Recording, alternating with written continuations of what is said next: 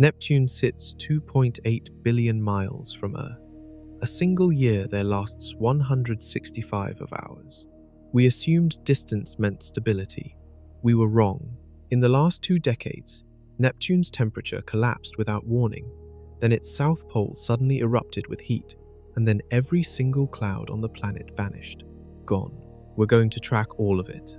The freezing, the spike, the disappearing sky, and what it means for every alien world beyond our solar system. If you enjoy the journey, like and subscribe. It helps more than you know. Now, let's go. Neptune sits at the very edge of our solar system's known neighborhood, so far out that sunlight, traveling at 186,000 miles per second, takes over 4 hours just to reach it. By comparison, that same light reaches Earth in about 8 minutes. Neptune is not just far, it is in a completely different category of far. For most of human history, nobody knew it existed. You could stare at the night sky every night for your entire life and never once see it. Every other planet visible to ancient astronomers, Mercury, Venus, Mars, Jupiter, Saturn, sat close enough to catch the eye. Neptune hid in the dark, too dim, too distant, completely invisible without tools humans would not invent for centuries. Even after telescopes arrived, nobody looked hard enough in the right direction. Astronomers were busy cataloging what they could already see. Neptune waited, and here is the thing about being ignored for that long.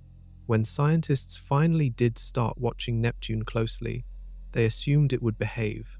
A slow planet, a cold planet, a planet so far from the sun that dramatic changes seemed almost impossible. The distance alone should have made Neptune boring.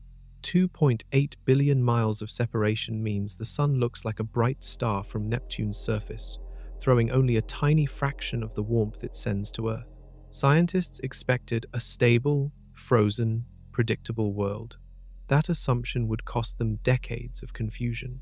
The first real close-up look came in 1989, when NASA's Voyager 2 spacecraft flew past after a 12-year journey across the solar system.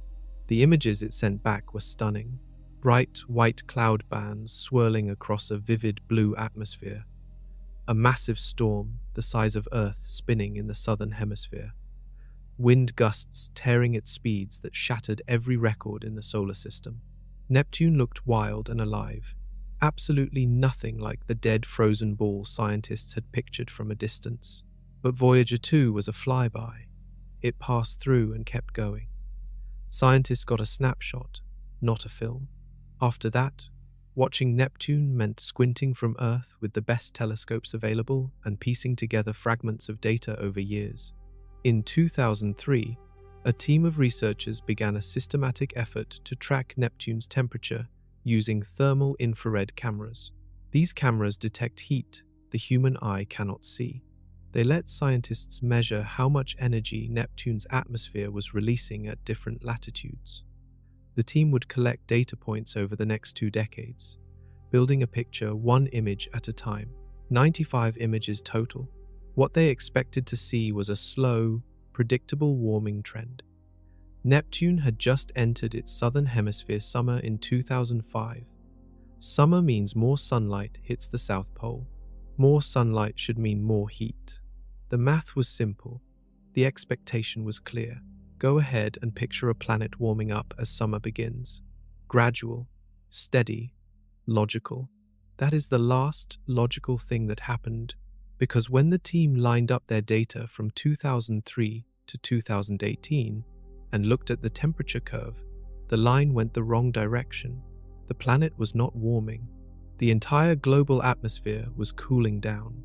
15 years into a summer that lasts 40 Earth years, Neptune's stratosphere had dropped 14 degrees Fahrenheit across the whole planet. 14 degrees globally. During summer, scientists had no framework for that. Every model they had built, every prediction they had made, pointed the opposite direction. The planet that was supposed to slowly warm up had instead pulled the heat out of its own atmosphere and dumped it somewhere nobody could explain. Something was wrong with Neptune. And the deeper scientists looked, the stranger it got. Neptune's discovery is one of the strangest moments in the history of science. Nobody saw it first. A mathematician predicted it. In the 1800s, astronomers were carefully tracking Uranus, the seventh planet. Uranus had been discovered in 1781, and scientists were proud of their ability to calculate exactly where it would be in the sky on any given night. Celestial mechanics, the math that governs how planets move, was considered almost perfectly understood at that point. Then Uranus started misbehaving. The planet kept drifting slightly off its predicted path. Small deviations, barely noticeable at first, but over decades, the gap between where Uranus should have been and where it actually was kept growing. Something was pulling it, tugging it off course, an invisible gravitational force that no known planet could account for. Two mathematicians, working separately and without knowing about each other, arrived at the same conclusion. There had to be another planet out there, something massive, something far beyond Uranus, and its gravity was nudging Uranus sideways every time the two planets swung within range of each other. Both men calculated where that hidden planet had to be. They used only math, no telescope, no photograph, just equations describing gravity and orbital mechanics. They drew a spot on a map of the sky and said, "Look there." In 1846, an astronomer pointed a telescope at that exact spot. Neptune was sitting right where the math said it would be. One of the greatest predictions in the history of science, confirmed in a single night. The precision of that prediction still impresses researchers today. These mathematicians had never seen Neptune. They had no image of it, no physical description, no way to confirm it existed. They only knew it had to be there because the numbers demanded it.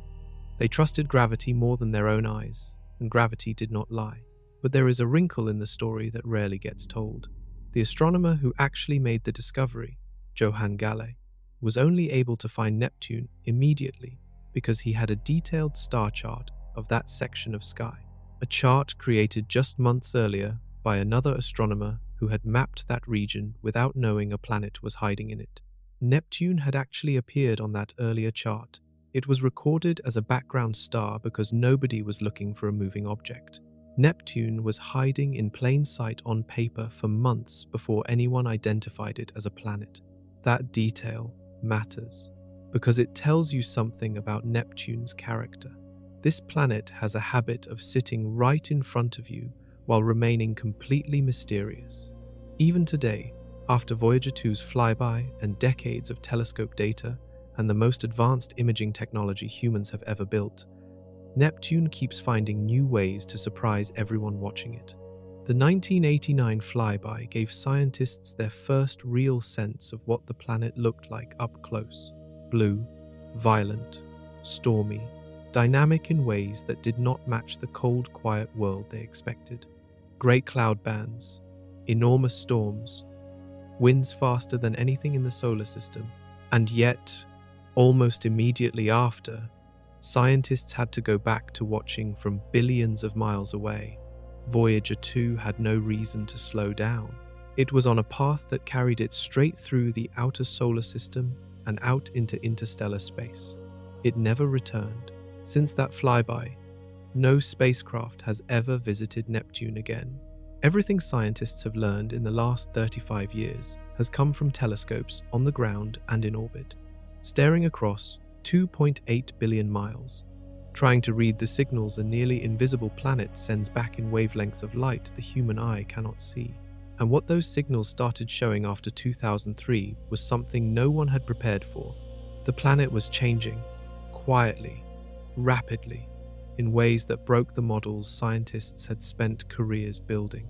The math found Neptune once, but the math was not ready for what Neptune was about to do next. Stand outside on a clear night and look up at the sky. Pick any star you can see. Odds are good that a year on Neptune started before that star was the age it is right now. One Neptune year lasts 165 Earth years. Let that picture land. A child born the moment Neptune starts a new orbit would live a full human life, grow old, and die before that same planet completes even one trip around the Sunday. Their grandchildren might not live to see the finish line either. This is what happens when a planet orbits 2.8 billion miles from the Sun. The circle it has to travel is enormous, and Neptune moves slowly through that circle, drifting at roughly 12,000 miles per hour.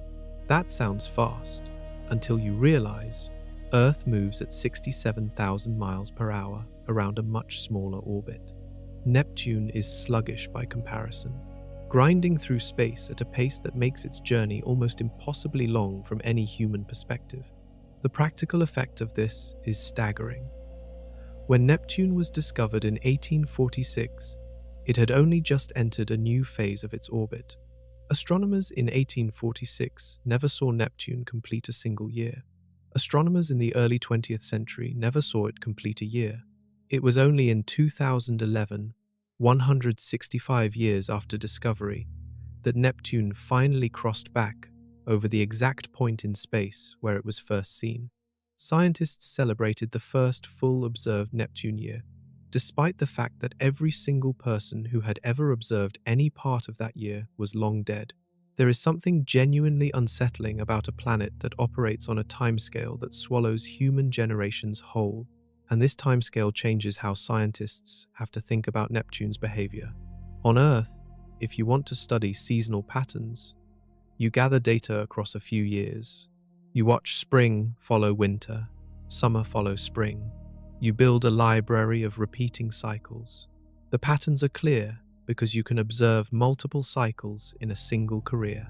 On Neptune, one season lasts about 40 Earth years. A scientist who dedicated their entire professional life, say from age 25 to 65, to studying Neptune's atmosphere, would watch barely one full season from start to finish. No repeats. No second pass through the same phase. Just one long, slow arc through a single chapter of Neptune's year, with no way to confirm whether what they observed was typical or bizarre. This is the context that makes the recent temperature data so alarming.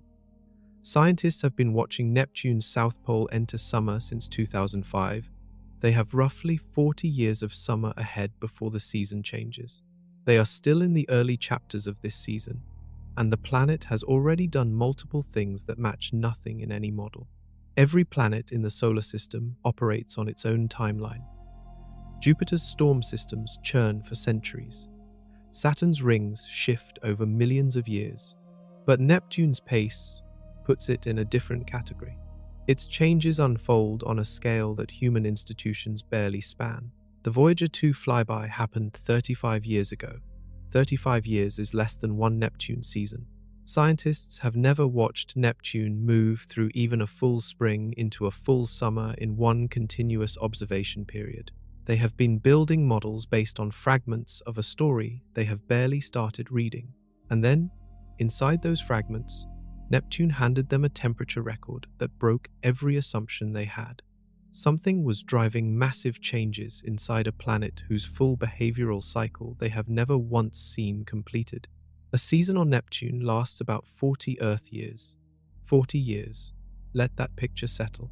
The Roman Empire at its height lasted roughly 500 years total. A single Neptune season stretches 8% of that entire empire's lifespan. A Netflix series gets cancelled in 2 years. A Neptune season outlasts most countries' governments, most scientific careers, most human lifetimes, not far into old age. This is the rhythm Neptune lives by. 4 seasons, each lasting 4 decades, cycling through a planet so far from the sun that every season is cold by any standard a human would recognize. Even Neptune's summer is brutally frigid by Earth terms. But the difference between summer and winter on Neptune, that shift in the angle of sunlight hitting the atmosphere over 80 years, creates changes in atmospheric energy that scientists are only beginning to understand. Here is the basic mechanism. Like Earth, Neptune has a tilted axis. The planet leans about 28 degrees relative to its orbit. Earth leans at about 23.5 degrees, and that tilt is why we get seasons. When your hemisphere tilts toward the sun, you get more direct sunlight. Temperatures rise, summer arrives. When it tilts away, sunlight spreads at a wider angle, warms less. Winter follows. Neptune works the same way in principle. As it crawls through its 165-year orbit, different parts of the planet slowly tilt toward or away from the Sunday. The South Pole spends about 40 years tilted toward the Sun, receiving as much direct sunlight as Neptune ever gets. Then, over the next 40 years, the angle shifts, and the North Pole takes its turn. The difference is that every part of this process happens on a scale that makes Earth's seasons feel like a blinking light. Neptune entered its southern hemisphere summer around 2005. The South Pole began its long, slow tilt toward the Sunday. Scientists expected gradual warming. The models said, as the South Pole receives more sunlight over the coming decades, temperatures in that region will rise slowly and predictably. That expectation shaped how researchers interpreted their early data when they started collecting thermal infrared measurements in 2003. Just before summer officially began, they were setting up a baseline. They wanted to document the start of summer so they could measure the warming as it unfolded. What they actually measured shattered that plan within the first 15 years. The atmosphere did not warm. It cooled dramatically across the entire planet. A 14-degree Fahrenheit drop in the stratosphere, globally, during the opening decades of summer. Every single climate model built for Neptune had predicted the opposite curve. This is important for a specific reason. Scientists did not just collect data and shrug. They had built detailed models based on decades of planetary science, atmospheric chemistry, solar radiation, and the known behavior of other planets. Those models existed to predict the future, and the future arrived and looked nothing like the prediction. When a model that confident fails that completely, it forces a deeper question. Scientists were not just wrong about one measurement. Something fundamental about how Neptune's atmosphere absorbs and releases energy was different from what anyone had assumed. And then, just as scientists were starting to process the cooling data and search for explanations, Neptune did something else entirely. Something that made the cooling look almost calm. In 2005, Neptune's southern hemisphere officially entered summer. Scientists knew this was coming. They had watched the orbital math for years. They understood the geometry. As the South Pole tilted toward the Sun, it would receive more direct light than at any point in the previous 40 years. The atmosphere above the pole would absorb that energy. Temperatures would climb, slowly, steadily, exactly the way summer works everywhere. The prediction was built on firm ground. It was based on the same orbital mechanics that predict seasons on every other planet in the solar system. The same principles that let scientists calculate where spacecraft will be in 10 years, or where a comet will pass in a century. These calculations work. They have been proven right thousands of times across the solar system. For Neptune, the prediction was clear. South polar summer means more sunlight. More sunlight means more heat absorbed. More heat absorbed means rising temperatures. Scientists expected to watch the polar stratosphere slowly warm over the coming 4 decades as summer progressed. They had the tools to measure it. The Very Large Telescope in Chile and the Keck and Subaru telescopes in Hawaii were all equipped with thermal infrared cameras, sensitive enough to detect temperature shifts across billions of miles. These observatories pointed at Neptune and began collecting data. The baseline readings from 2003 gave scientists a starting point. They had everything set up to watch a textbook planetary season unfold. A team of scientists, led by researchers from multiple institutions, assembled those observations into a long-running monitoring program. Every year, new images. Every image, more data points.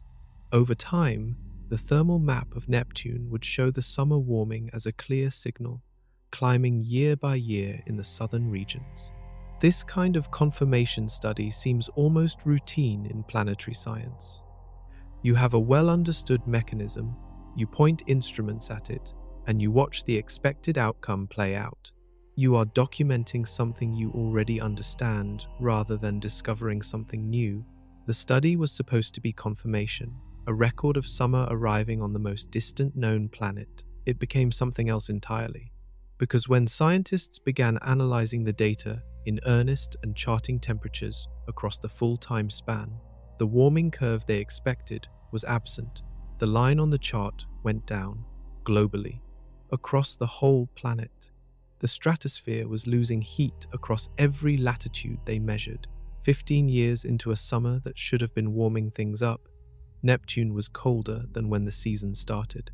The scientists who made this discovery spent considerable time checking their instruments. They revisited their calculations. They cross-referenced data from multiple telescopes to make sure no single broken sensor was feeding false readings into the results. The signal was consistent across every instrument and every observation site. The cooling was real. A planet that orbital mechanics said should be absorbing more solar energy than it had in 40 years was instead shedding heat from its upper atmosphere at a rate that made no immediate sense. Something inside Neptune's atmosphere was overriding the simple logic of seasons. Something was pulling heat away from the stratosphere and either trapping it elsewhere or venting it into space through mechanisms scientists had not modeled. They had no answer. They had only the data.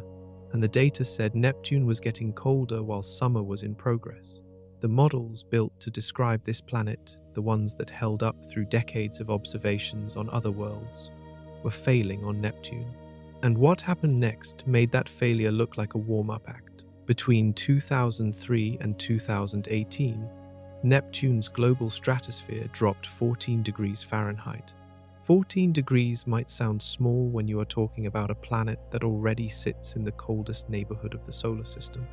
But context changes everything. Think about Earth's climate. Scientists, governments, and researchers across every country have spent decades sounding alarms about global temperature changes measured in single digits. A 2-degree shift in Earth's average temperature threatens coral reefs, reshapes coastlines, and destabilizes food systems across entire continents. The difference between an ice age and the warm period we live in now is roughly 9 degrees Fahrenheit averaged across the whole planet. Neptune's stratosphere lost 14 degrees globally in 15 years. On a planet where researchers expected warming, this drop was seismic in scientific terms. It meant the upper atmosphere was releasing heat faster than it was absorbing it from the sunday. The energy budget, the balance between what comes in and what goes out, was running a massive deficit. The stratosphere is the layer of atmosphere sitting above the active weather zone. On Earth, it is the region above the clouds and storm systems, the calm high layer where commercial planes cruise. Neptune's stratosphere behaves differently, but the principle is similar. It sits above the turbulent lower atmosphere and plays a key role in regulating the planet's overall energy balance. When the stratosphere cools, it changes how heat moves through the entire atmospheric system. A 14-degree global drop across 15 years is a signal that something is actively removing energy from that system. Scientists ran through the possible explanations. The Sun was the first candidate. If solar output dropped, Neptune would receive less energy and might cool as a result. But the Sun's 11-year activity cycle does not produce drops large enough or sustained enough to explain a 15-year cooling trend of this scale. Solar variability was real, but insufficient. The next candidate was Neptune's own chemistry. The upper atmosphere contains gases like methane and a chemical compound built from nitrogen and carbon called hydrogen cyanide, along with other molecules that absorb and emit heat. If the balance of those chemicals shifted, the atmosphere might become more effective at radiating heat outward into space, rather than trapping it. This is called increased radiative cooling. The atmosphere, in effect, gets better at venting heat. But scientists could not confirm which chemical change triggered the shift, or what triggered the chemical change in the first place. Then there is the wild card nobody likes to dismiss: random variation. Chaotic weather systems operating on timescales longer than any human observation period. Neptune's atmosphere might simply cycle through extreme temperature fluctuations as part of its normal behavior, and humans had never watched long enough to catch it before. The problem with that explanation is the scale. A 14-degree global shift in 15 years is not minor turbulence. It takes a powerful and sustained mechanism to drain that much heat from a planetary atmosphere over such a short window, especially while the planet is entering summer. Scientists were left with a partial picture, real data, a strong signal, and no confirmed mechanism to explain it. And while they were still building that case, the planet handed them a second data set, one that seemed to contradict the first entirely. A planet tilting toward the sun gets warmer. That is one of the most basic principles in planetary science. It applies to Earth, it applies to Mars, it applies to every tilted, orbiting world scientists have ever studied. So when Neptune's south pole began tilting toward the sun as summer arrived, warming was the expected outcome. The geometry demanded it. A pole bathed in sunlight for the first time in 40 years should absorb that energy. The atmosphere above it should respond. Instead, the planet cooled. Scientists had to confront a direct contradiction between observation and principle. The geometry was correct. Neptune was entering summer. The South Pole was tilting sunward. The math of orbital mechanics, the same math that correctly predicts everything from solar eclipses to spacecraft trajectories, said warming had to follow. But the thermal data said the opposite. Something in Neptune's atmosphere was actively counteracting what sunlight tried to do. To understand how unusual this is, imagine if every summer on Earth, the average global temperature dropped by several degrees instead of rising, and nobody could explain why. Oceanographers would point to currents, atmospheric scientists would point to cloud cover, geologists would point to volcanic activity.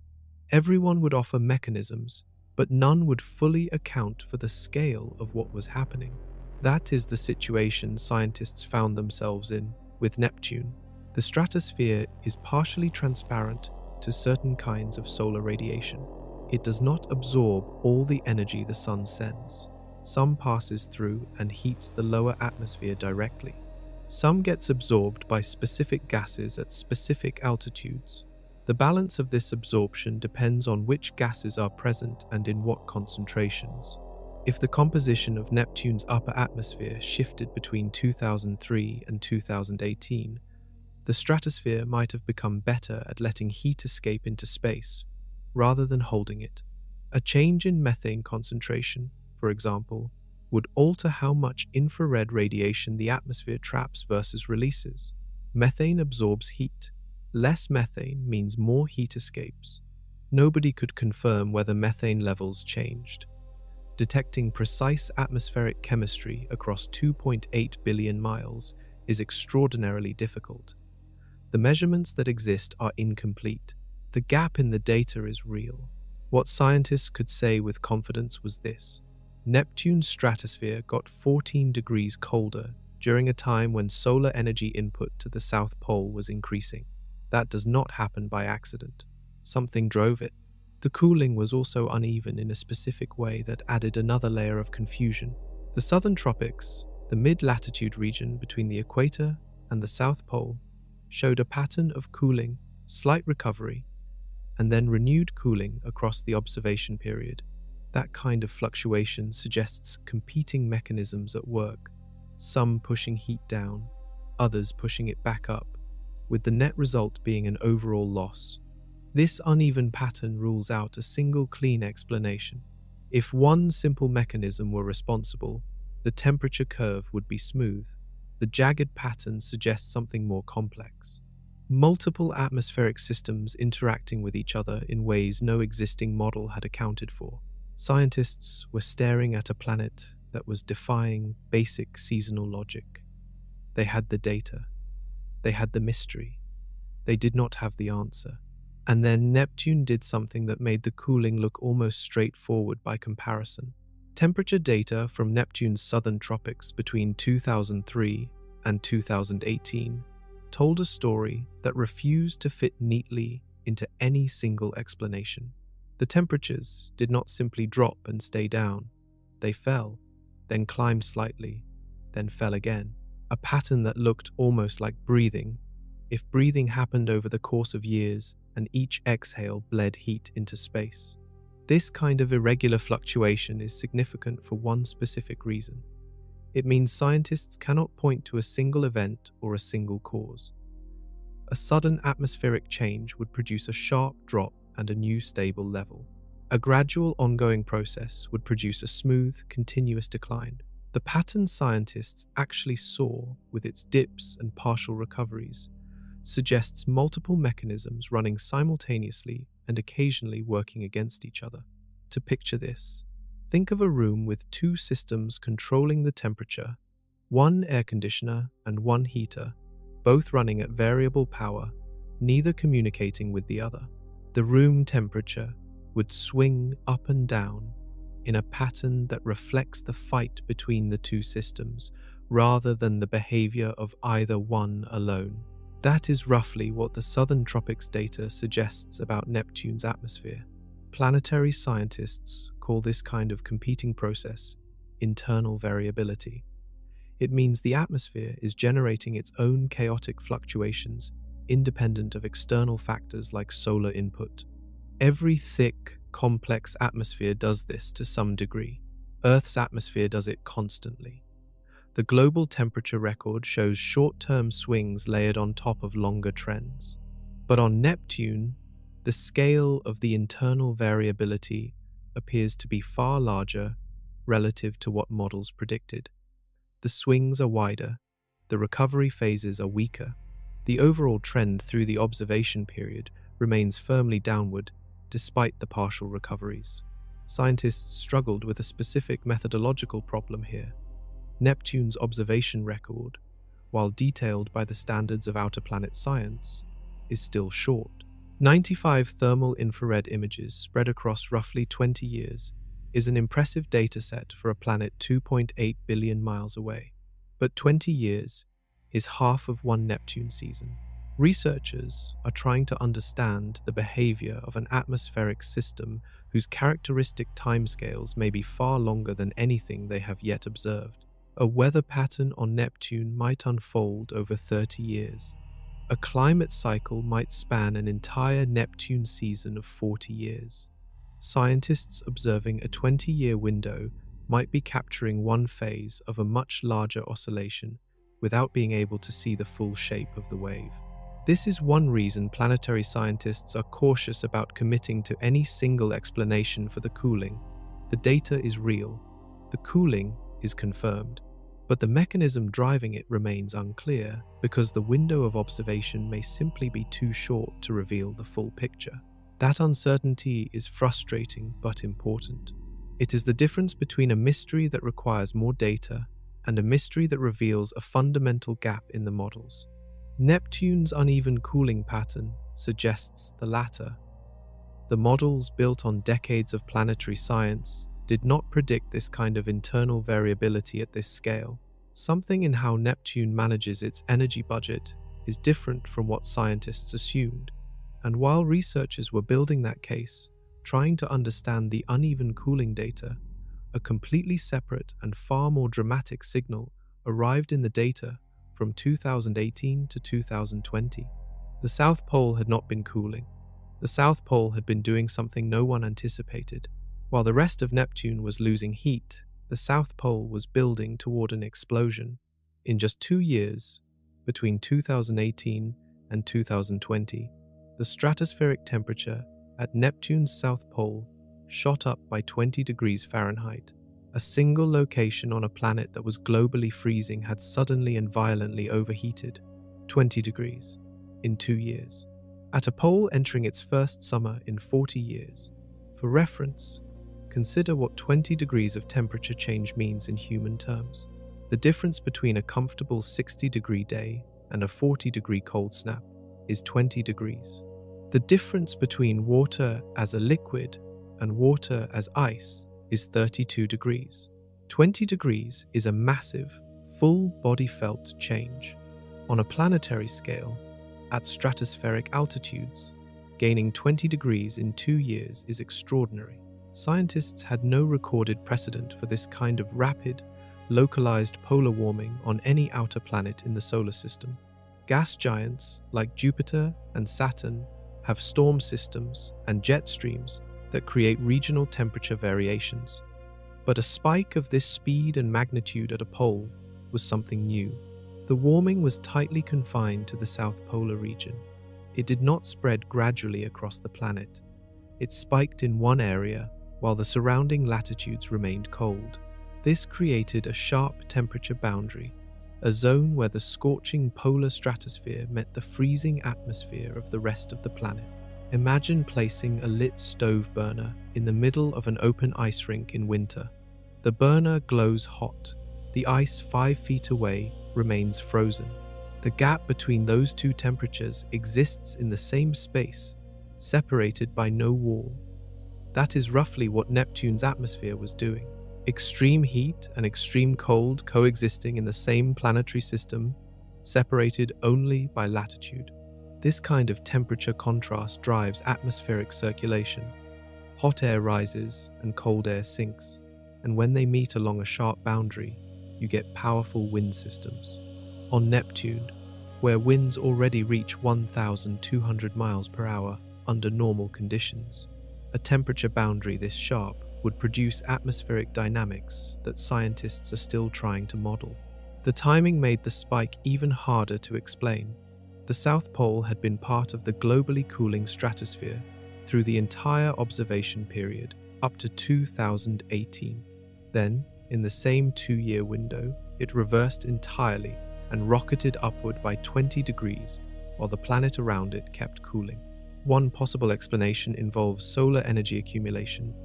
As the South Pole spent increasing time tilted toward the sun through the summer season, solar radiation may have been slowly building up in the polar atmosphere in ways that were not immediately visible in the temperature record. Then, at some threshold, that stored energy released rapidly, driving the sudden spike. But this explanation requires a mechanism for storing and then suddenly releasing atmospheric energy at a very specific location, and scientists have not confirmed what that mechanism is.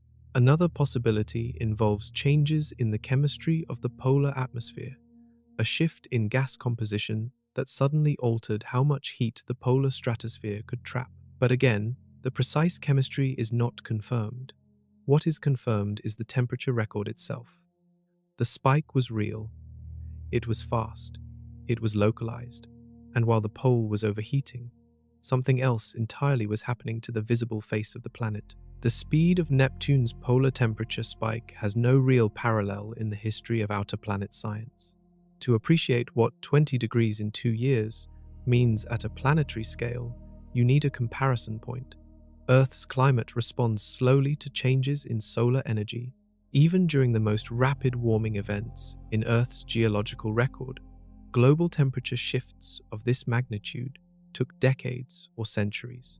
The current period of warming on Earth, which has triggered global alarm, represents roughly 2 degrees of average change over more than a century. Neptune's south pole gained 20 degrees in 24 months. Mars experiences polar temperature changes as its ice caps grow and shrink with the seasons, but those shifts are gradual and follow predictable solar-driven patterns. Jupiter's atmosphere generates massive storms, but the temperature variations inside those storms are localized and short-lived. Saturn's poles show some warming during summer, but at a pace that climate models handle without difficulty. Nothing in the catalogue of outer planet observations prepared scientists for a polar stratospheric spike of this speed. One way to grasp the significance is to think about heat as a kind of pressure system. In an atmosphere, heat does not just sit in one place. It moves, it spreads, it drives circulation. A sudden injection of 20 degrees of heat into a polar stratosphere in 2 years means an enormous amount of energy arrived at that location in a very short time. Energy does not appear from nothing. It has a source. Either more solar radiation suddenly reached the south polar stratosphere than before, or a chemical process inside the atmosphere began releasing stored energy rapidly, or heat from deeper in the atmosphere rose and concentrated in the polar region. Each of these requires a specific mechanism. None of them has been confirmed for Neptune's 2018 to 2020 polar event. The James Webb Space Telescope, launched in late 2021, is now capable of analyzing the chemical composition of Neptune's atmosphere in far greater detail than any previous instrument. Scientists hope future observations will capture the chemical fingerprint of whatever process drove the polar spike. If a shift in gas concentrations at the South Pole can be documented, it could reveal the mechanism. But the spike itself happened years before Webb came online. Scientists have the temperature record and the mystery. They are still assembling the tools to solve it. What makes this particularly significant is the combination of the global cooling and the polar spike happening in the same time period. The planet globally lost 14 degrees over 15 years. Then, a single region at the South Pole gained 20 degrees in 2 years. These two events are happening on the same planet at the same time, in opposite directions. Either these events are connected and one drives the other, or they are independent, and Neptune's atmosphere is capable of producing simultaneous extreme events at different scales and locations. Both possibilities are unsettling for the same reason. Neither was in any planetary model, and while scientists were struggling to reconcile these temperature extremes, they realized the thermal data was only part of the story. Something visible was happening too, something anyone with a telescope could see, or rather, could no longer see. The temperature map of Neptune between 2018 and 2020 was one of the most extreme contrasts ever recorded on a single planetary body. The South Pole sat at the center of a scorching stratospheric hotspot, 20 degrees hotter than it had been just 2 years earlier. The rest of the planet remained deep in its 15-year cooling trend, the coldest it had been since scientists started measuring. This is not a typical planetary temperature pattern. On Earth, the poles are the coldest places. The tropics sit closest to the sun's direct heat and stay warm. The temperature gradient runs in a smooth curve from the warm equator to the cold poles. It varies by season, but the basic shape remains predictable. Neptune flipped that logic. A single pole burned hot while the latitudes between the pole and the equator sat in the coldest period recorded in modern observation history. To picture the contrast, imagine a football field covered in snow from one end zone to the other. Now, imagine a blowtorch sitting at the center of one end zone, surrounded by snow, burning at full heat, while everything beyond its immediate radius stays frozen solid. The end zone is scorching. The rest of the field is ice. That is Neptune's temperature profile during this period, scaled up to a planet the size of nearly 60 Earths side by side. The circulation patterns this contrast would drive are difficult to model accurately. Atmospheres respond to temperature differences by moving air from hot zones to cold zones. The stronger the temperature difference, the more violent the movement. Neptune already holds the title for fastest winds in the solar system, reaching 1,200 miles per hour. A temperature contrast this extreme sitting between the pole and the rest of the planet would generate circulation dynamics that dwarf even normal Neptunian wind patterns. Scientists working on atmospheric models for Neptune ran into the same problem repeatedly. The models were built on assumptions about how heat distributes across the planet. Those assumptions came from observations of other planets, from Earth's well-studied atmosphere, from gas giant data collected over decades. Neptune's actual behavior violated those assumptions at the most fundamental level. The hot pole-cold planet configuration also raised questions about what was happening in the lower atmosphere, below the stratosphere, where scientists were measuring. The stratosphere is the upper atmosphere. What was happening in the weather layer beneath it during this period is harder to measure and less well documented. The temperature extremes visible at stratospheric altitudes were likely driving unusual dynamics in the layers below, but scientists could not directly observe those layers well enough to say what. The contrast also raises questions about Neptune's seasons going forward. The South Pole will remain in summer for roughly another 25 years. If the polar spike was driven by solar energy accumulation, the pole may continue to warm, or it may have peaked and begun cooling back toward the global average. Scientists do not yet have enough post-2020 thermal data to know which direction the pole moved after the spike. What they do know is that a planet behaving this way on the inside would also show signs on the outside. And the outside had already started telling its own story. For most of human observation history, Neptune looked like a blue sphere striped with bright white. The clouds were defining. Every major telescope image from the late 1980s onward showed them, bright streaks of white swirling across a vivid deep blue background. The Voyager 2 flyby in 1989 captured them in stunning detail, long, wispy bands at high altitudes and compact, bright knots at lower levels. They gave Neptune character. They made it look alive. These clouds were not made of water the way Earth's are. They formed from methane ice crystals. High in Neptune's atmosphere, temperatures drop cold enough to freeze the methane gas into tiny solid particles that cluster into visible cloud formations. These methane ice clouds sit at altitudes where they catch sunlight and reflect it brightly against the planet's deep blue background. The blue background itself comes from methane too, specifically from methane gas in the lower atmosphere, absorbing the red end of the sunlight spectrum and reflecting the blue portion back outward. So the blue comes from methane gas, and the white clouds come from methane ice. The whole visible face of Neptune is a methane story.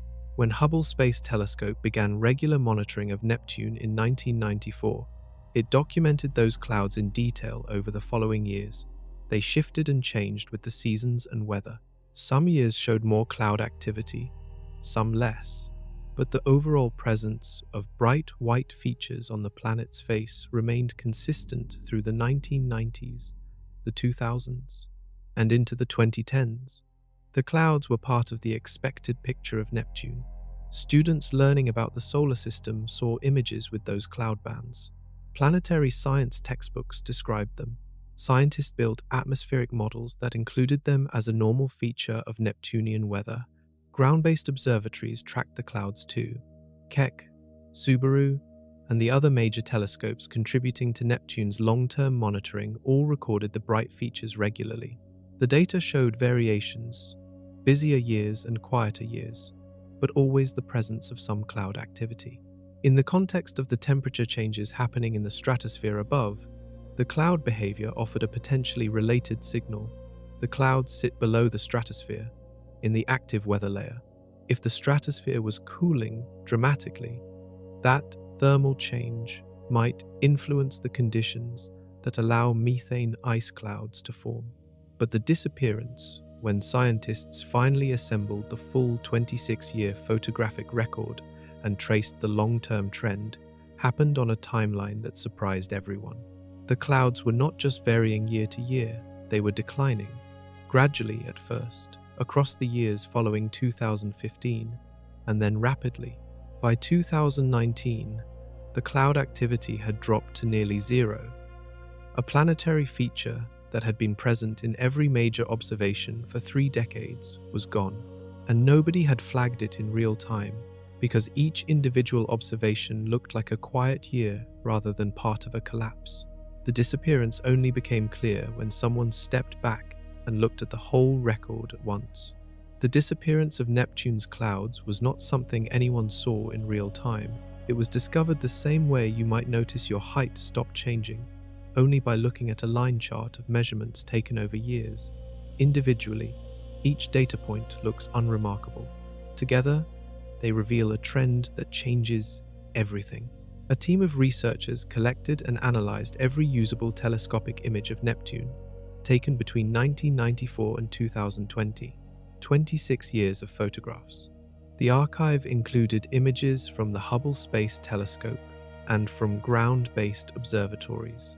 Each image captured Neptune's cloud brightness, a measurable quantity that reflects how much white reflective material was present in the atmosphere at that time. When researchers plotted the cloud brightness numbers across those 26 years, a pattern emerged that nobody had clearly seen before. The brightness values fluctuated year to year, which was expected, but layered underneath those short-term variations was a long-term decline, a slow drift downward in the average cloud brightness that accelerated sharply after 2015 and reached a near-zero level around 2019 and 2020. Seeing it in the full 26-year record made it undeniable. The trend was real. sustained, and steep by the end. This kind of retrospective discovery is common in science. Individual observers watching Neptune in any given year have no access to the full record. They see that year's images and compare them to the previous year or two. A gradual decline happening over a decade looks like normal year-to-year variation when you are only looking at short windows. The signal only becomes clear when you zoom out far enough to see the full shape. The 26-year archive gave scientists that zoom, and what it showed was a planet that had been systematically losing its clouds across an entire generation of human observation. The timing connected directly to what scientists already knew about Neptune's temperature changes. The stratospheric cooling began around 2003. The cloud decline accelerated noticeably around 2015 and became severe around 2019. The two trends overlapped in time, suggesting a possible connection between the cooling upper atmosphere and the disappearance of the lower cloud layer. If the stratosphere cooling changed the thermal structure of the atmosphere below it, it might have disrupted the conditions that allow methane ice crystals to form at cloud altitudes.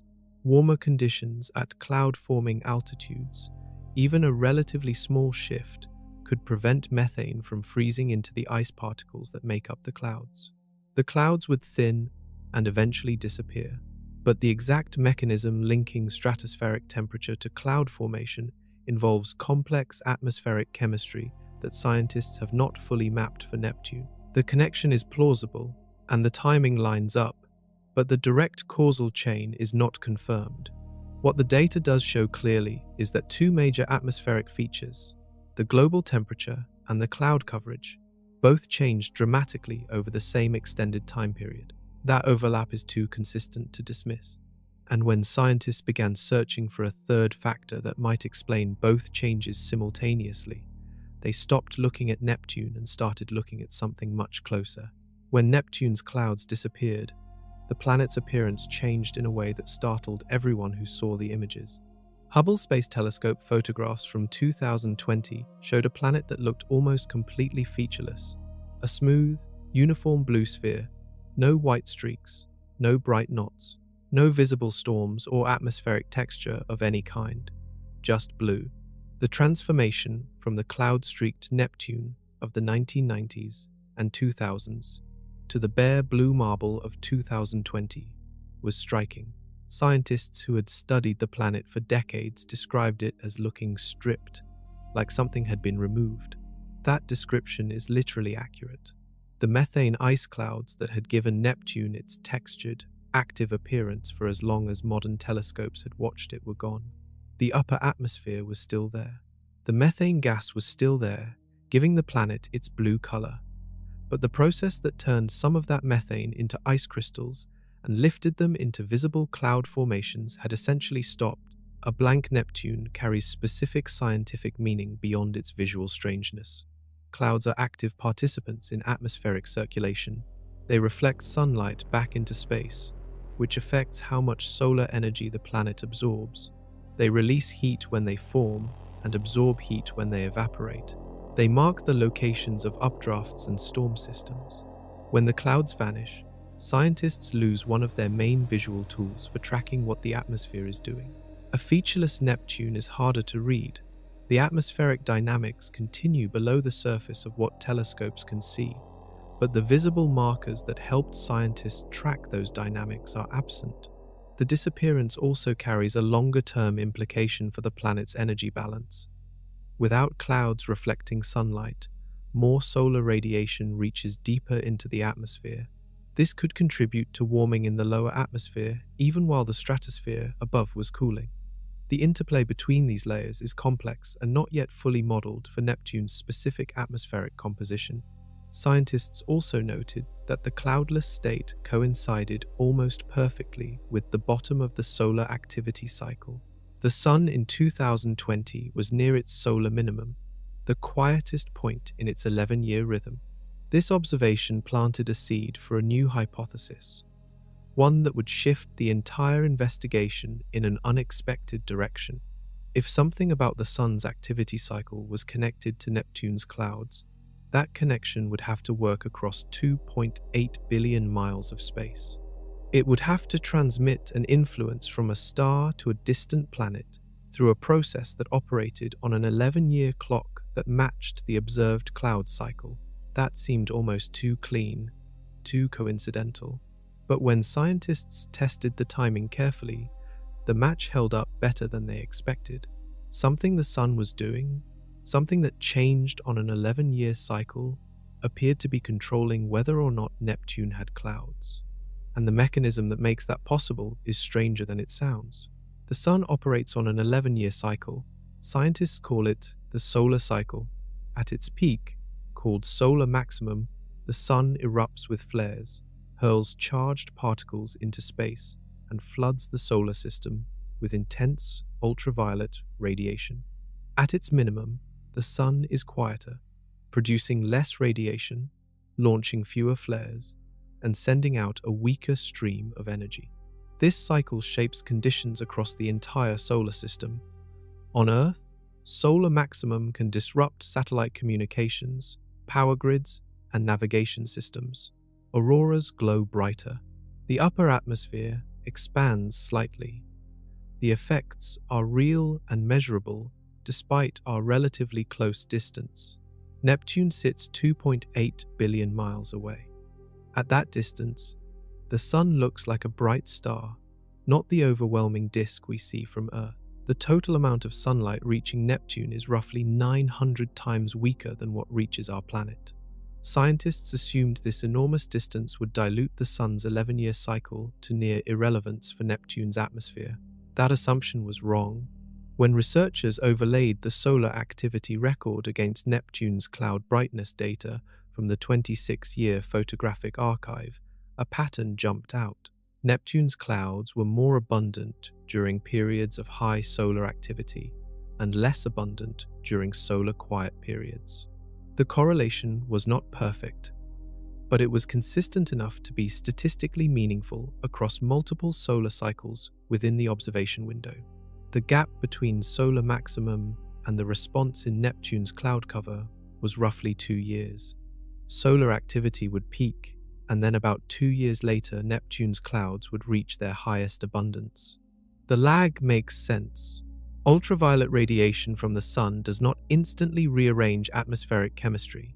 It triggers slow chemical reactions that build up over months and years before producing a visible result. The connection suggested a specific mechanism. Ultraviolet light from the sun was driving photochemical reactions in Neptune's upper atmosphere, the same way sunlight drives chemical reactions in Earth's ozone layer. These reactions were producing or activating compounds that served as seeds for cloud formation. When ultraviolet input was high, the cloud factory ran at full speed. When ultraviolet input dropped during solar minimum, the factory slowed or stopped. This is called photochemical cloud formation, and it is a known process in planetary atmospheres generally. But detecting it, operating across 2.8 billion miles on a timescale tied to the sun's 11-year rhythm, was genuinely unexpected for Neptune. It also raised a new set of questions. If the solar cycle drives cloud abundance, what else does it influence? Could the 11-year cycle also be contributing to the stratospheric temperature changes? The cooling that began around 2003 might overlap with specific phases of the solar cycle. If solar ultraviolet radiation also affects how Neptune's stratosphere manages heat, a drop in solar activity could contribute to the cooling trend. But scientists are careful here. The correlation between solar activity and cloud cover is a strong signal in the data. The connection between solar activity and the deeper stratospheric cooling is far less certain. The temperature swings are large enough that they may require additional mechanisms beyond the solar cycle alone. And then there was still the most dramatic event of all, the polar spike of 20 degrees in 2 years, which happened during a period of recovering solar activity. The timing there is messier and harder to explain with the solar cycle alone. The sun, it turned out, was part of the story, but only part. Here is how Neptune makes clouds. Sunlight, specifically ultraviolet radiation, travels 2.8 billion miles across space and slams into the top of Neptune's atmosphere. Down on Earth, Ultraviolet light is the stuff that causes sunburn and gets blocked by sunscreen. On Neptune, the same kind of radiation serves as a trigger for a chain of chemical reactions that most people would not expect from a frozen blue planet.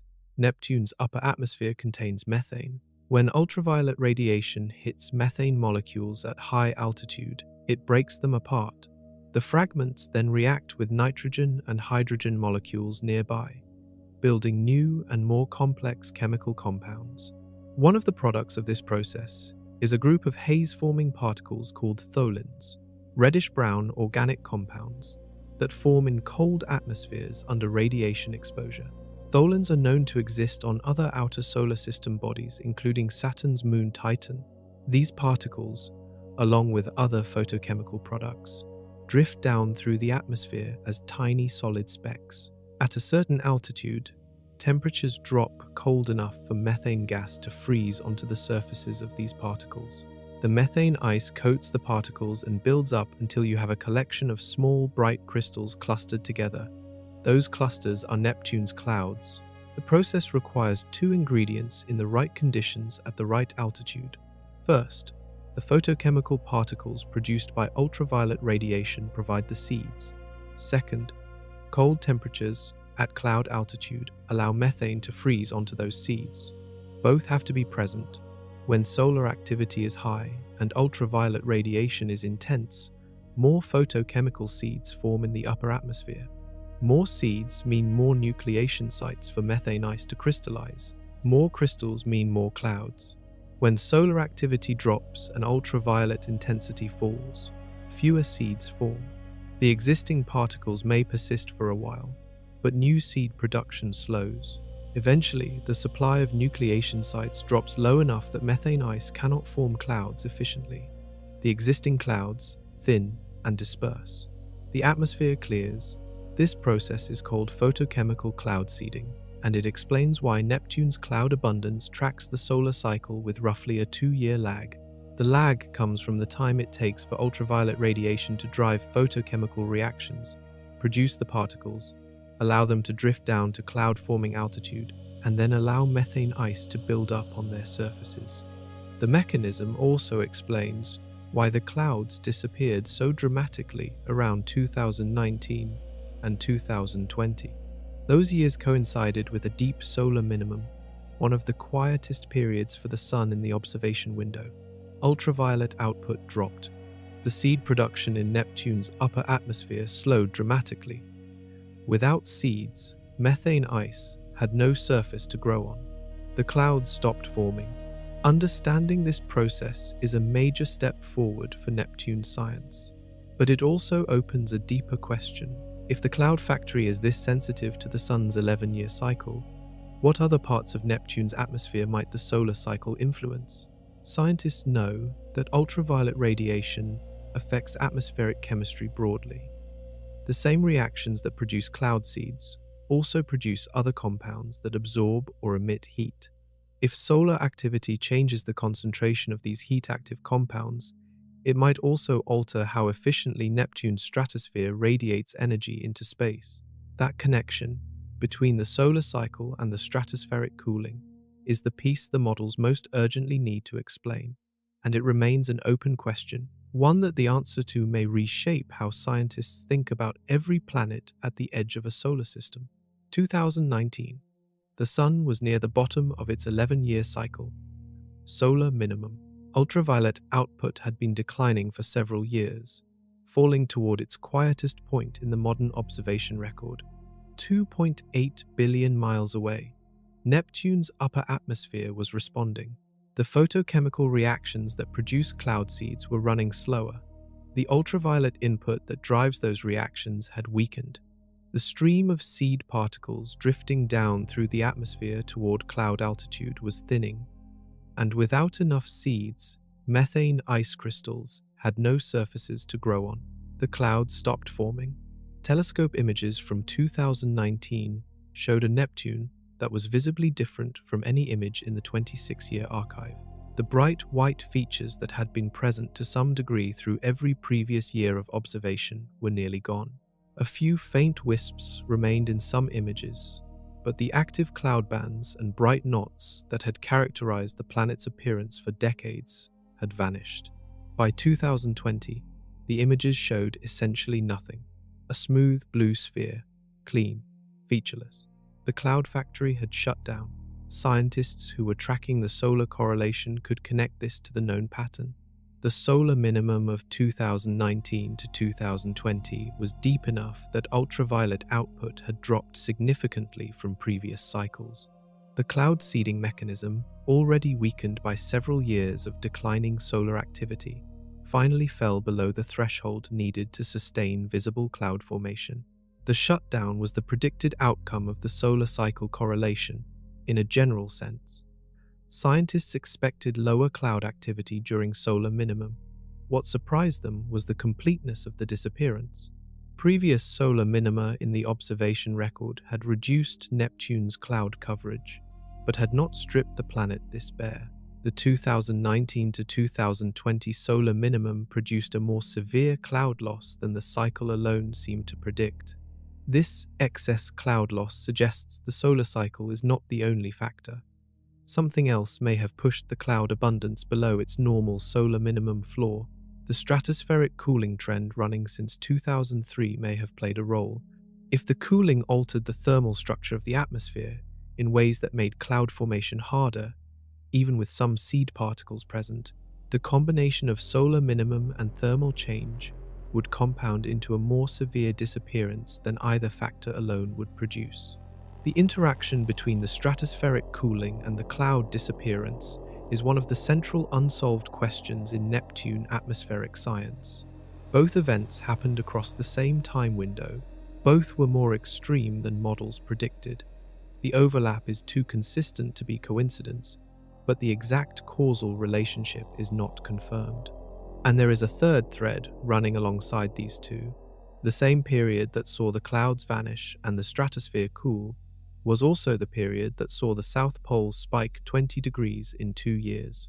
3 simultaneous and dramatic atmospheric events, all happening on the same planet, in the same decade, each behaving more extremely than models predicted. 3 events that may share a single cause, or may reflect 3 separate mechanisms all failing at once. Either way, Neptune was telling scientists something important, and the tools needed to fully hear that message were about to come online. Neptune does not announce itself. It sends no radio signals, no beacon, no visible glow. From Earth, it is a faint blue dot that even powerful telescopes struggle to resolve into meaningful detail. To read its temperature, scientists needed instruments that could detect something invisible: heat. Every object warmer than absolute zero emits infrared radiation.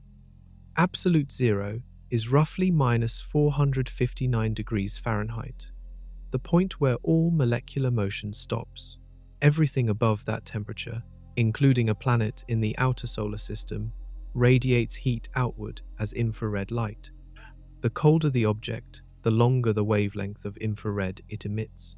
Neptune, sitting at temperatures around minus 350 degrees Fahrenheit in its upper atmosphere, emits infrared wavelengths in a specific range called thermal infrared. Human eyes cannot see thermal infrared. Standard cameras cannot detect it, but specialized detectors chilled to extremely low temperatures can. These instruments, mounted on large ground-based telescopes, measure the intensity of thermal infrared light arriving from Neptune after crossing 2.8 billion miles of space. The challenge is precision. By the time Neptune's thermal infrared signal arrives at Earth, it is extraordinarily faint. The signal has spread across an enormous area of space during its journey and dimmed accordingly. Detecting temperature variations of a few degrees across different regions of a distant planet requires instruments capable of reading a signal so weak it would be invisible to any less sensitive detector. To get a sense of the precision required, imagine trying to feel the warmth of a candle flame from 8 miles away. The heat is technically there, spreading outward from the source, but detecting it requires sensors far beyond human skin. The thermal infrared telescopes used to measure Neptune's temperature are doing something roughly analogous.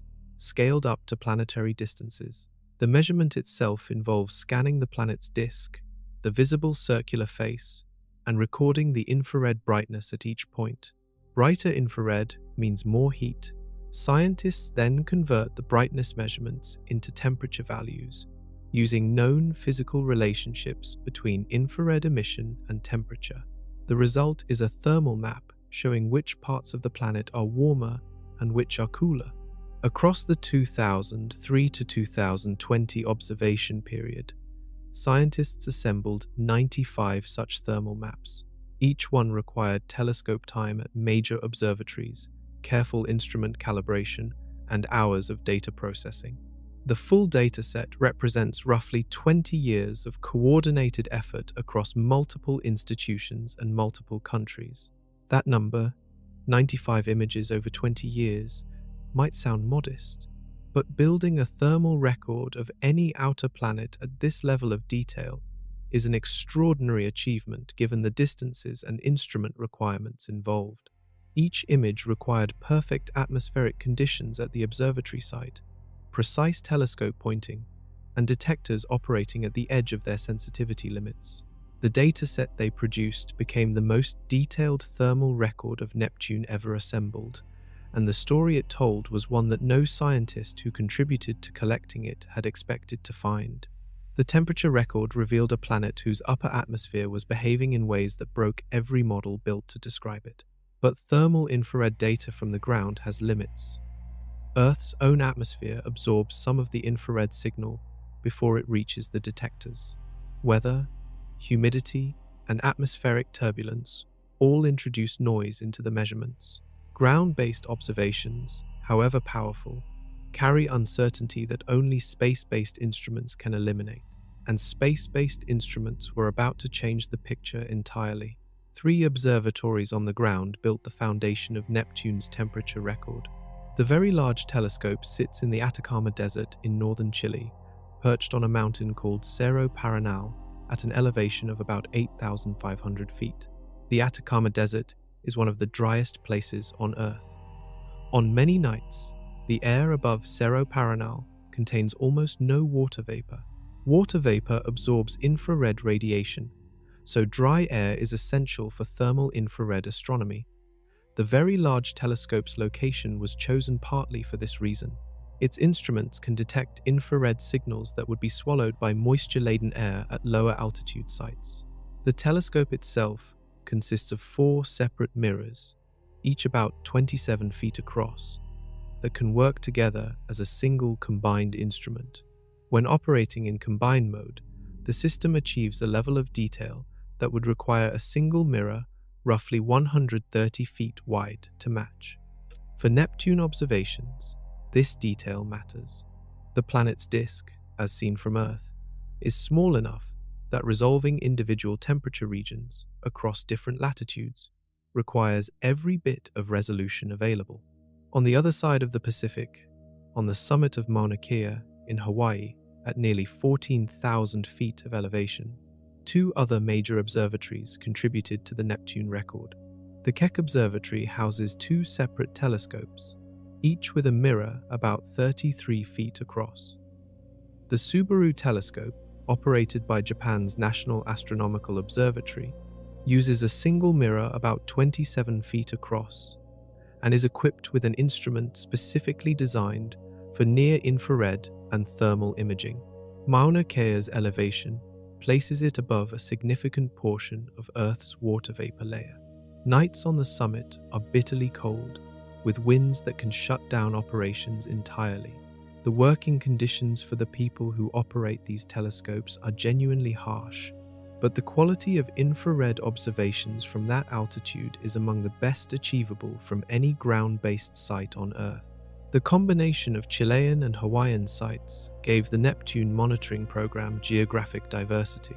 When weather prevented observations from one site, the other might provide a clear window.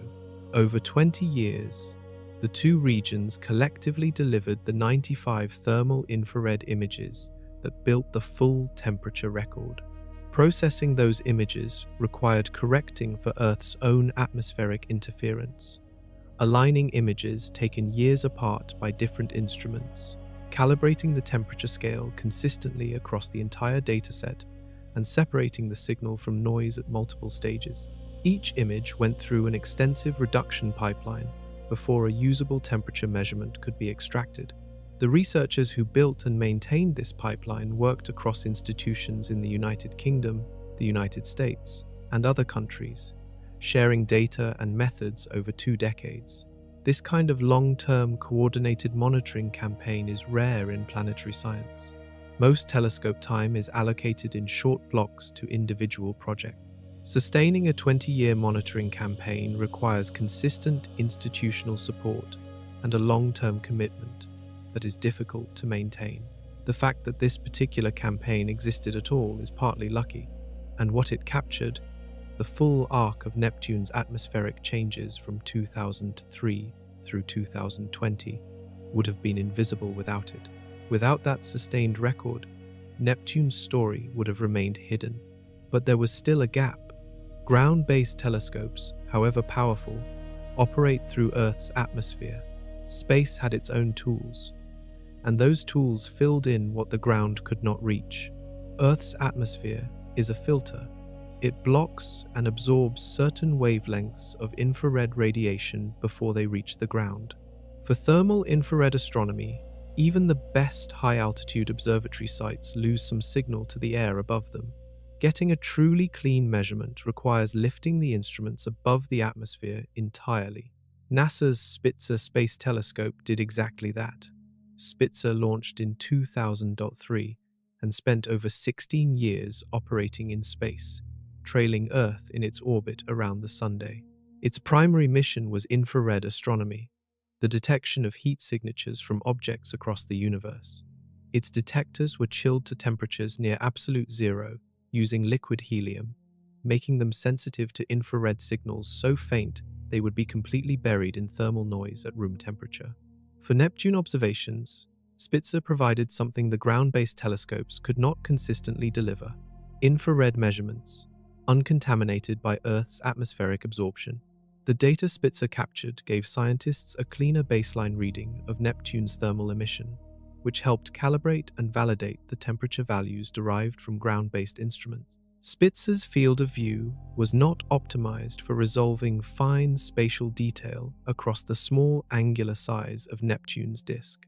It could not map individual temperature regions across the planet with the same precision as the combined power of the Chilean and Hawaiian ground observatories. But its spectral coverage and sensitivity in wavelength, ranges that ground-based instruments struggle with, made it a valuable complement to the overall monitoring campaign. The combination of ground-based and space-based data allowed scientists to cross-check their temperature measurements in a way that reduced uncertainty. If a temperature reading from a ground telescope matched what Spitzer detected in a compatible wavelength range, confidence in the measurement increased. Where the data sets diverged, scientists knew to look more carefully at potential sources of error. Spitzer ran out of liquid helium coolant in 2009, which ended its ability to operate its most sensitive long-wavelength detectors. It continued limited operations in warmer detector modes until NASA retired the mission in 2020. During its operational period, Spitzer contributed multiple observation windows to the Neptune temperature record, bridging gaps where ground-based conditions were unfavorable. The broader lesson from Spitzer's contribution is about the architecture of scientific infrastructure. No single telescope, however powerful, can answer a complex question about a distant planet alone. The Neptune temperature record required a network, multiple ground-based observatories across 2 continents, a space telescope above the atmosphere, and a coordinating team managing the combined data stream across decades. This architecture is expensive. It requires sustained funding, international cooperation, and institutional patience that does not always exist in science. The Neptune monitoring campaign was built and maintained through exactly this kind of sustained effort, and the data it produced revealed something that demanded an even more powerful instrument to fully investigate. one that would see Neptune's atmosphere in a level of detail no previous telescope had ever achieved, one that had only just come online. The number 95 sounds ordinary, a test score, a highway speed, a percentage. As a count of thermal infrared images collected across 20 years of coordinated observation of a planet 2.8 billion miles away, it represents one of the most demanding long-term data collection efforts in the history of outer planet science. Building this dataset required telescope time at some of the most oversubscribed observatories on Earth. Major observatories like the Very Large Telescope and the Keck facility receive far more requests for observation time than they can accommodate. Every allocation of telescope time to Neptune came at the cost of some other scientific project that did not get scheduled. The teams running this monitoring campaign competed for their time allocations year after year for 2 decades. Each observation session required precise pointing, careful instrument setup, and the right atmospheric conditions. Thermal infrared imaging at this sensitivity is particularly demanding because the telescope itself and the surrounding environment emit infrared heat that can contaminate the signal. Observers go to extraordinary lengths to isolate the target signal from background thermal noise, using specialized optical designs, detector shielding, and careful calibration procedures. After each session, the raw data went through a reduction pipeline. Raw infrared images contain instrumental artifacts, atmospheric distortion, and electronic noise layered over the real signal. Removing these contaminants without introducing new errors requires software built specifically for each instrument and regularly updated as understanding of the instrument's behavior improves. The final temperature measurement extracted from each image carries an uncertainty range. Scientists are not reading Neptune's temperature as a single exact number. They are reading it as a range, for example, minus 340 degrees Fahrenheit plus or minus 4 degrees. The width of that range depends on the quality of the observation, the precision of the calibration, and the level of atmospheric interference. Across 95 images, the individual uncertainties average out. The trend signal, the consistent long-term change in temperature, emerges more clearly as the number of data points grows. A single measurement that shows an unusually cold temperature could be a real event or an instrument glitch. A 15-year trend of consistently falling temperatures, confirmed across multiple instruments at multiple sites, is real. This is why the study took so long to publish. The researchers needed enough data points to be confident the trend was real and not an artifact of measurement error. They needed the full arc of the temperature curve, not just the first decade of it, before they could characterize what was happening. When the comprehensive study was published in 2022, it presented not just a temperature record, but a fundamental challenge to existing models of ice giant atmospheric dynamics. The models had failed. The data had spoken. Neptune's atmosphere was doing something that the best planetary science available could not predict. And understanding why required filling in the chemical picture of what was actually happening inside that atmosphere. A picture that 95 thermal infrared images alone could not complete. The next generation of instruments was built for exactly that task, and one of them was already turning toward Neptune. Neptune receives very little energy from the Sunday. At 2.8 billion miles away, the sunlight arriving at Neptune carries roughly 900 times less energy per square foot than the sunlight hitting Earth. Scientists long assumed that a planet this far from its star would be almost entirely dependent on that faint solar input to stay warm. Neptune corrected that assumption completely. Measurements of Neptune's energy budget reveal that the planet radiates more than twice as much heat into space as it receives from the Sunday. The difference is enormous. Neptune is not just reflecting solar energy back outward, it is generating its own internal heat and pumping it into space at a rate that dwarfs the solar contribution. This internal heat source has been known since Voyager 2's flyby confirmed it in 1989, but its origin remains one of the deeper mysteries of Neptune science. The leading explanation is that Neptune is still slowly cooling from the heat generated when it formed roughly 4.5 billion years ago. Planet formation involves enormous collisions between rocky and icy bodies accumulating under gravity. Those collisions release tremendous heat. A planet as massive as Neptune takes billions of years to radiate that formation heat away. But the math does not work out cleanly.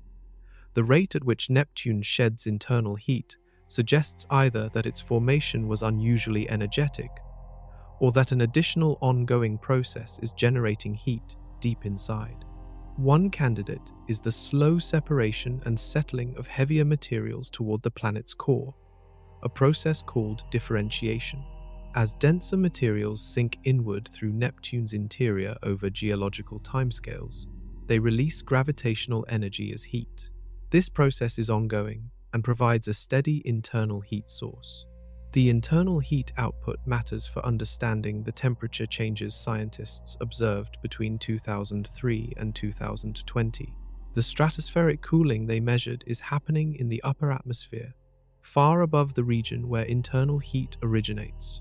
But internal heat drives convection in the lower atmosphere, and convection shapes the thermal structure of the layers above it.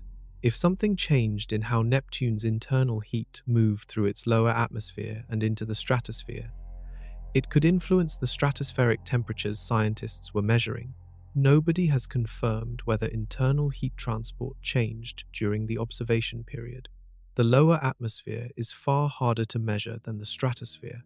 The instruments used to build the temperature record were sensitive to stratospheric altitudes, but had limited visibility into the deeper weather layer, where internal heat enters the atmospheric system. This gap in the data is significant. The stratosphere is the visible tip of a far deeper and more complex thermal system.